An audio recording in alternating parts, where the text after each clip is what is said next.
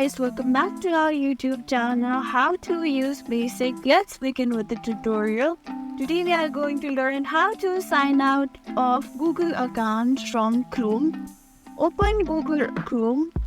In the top right corner of the Chrome, click on your profile picture on the circular icon or your profile icon. In the drop-down menu that appears, click on Manage Your Account or Settings.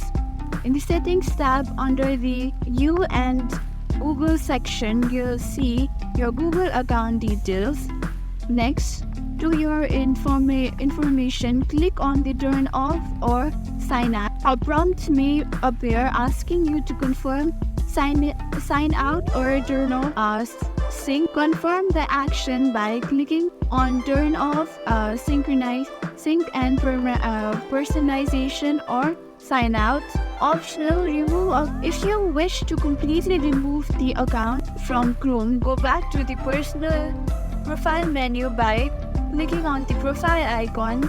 Click Manage Profile and locate the profile associated with the account. Click the three vertical dots and select Delete and remove the account. Browsing data from. Thank you for watching this video. Make sure you like, share and subscribe to our YouTube channel.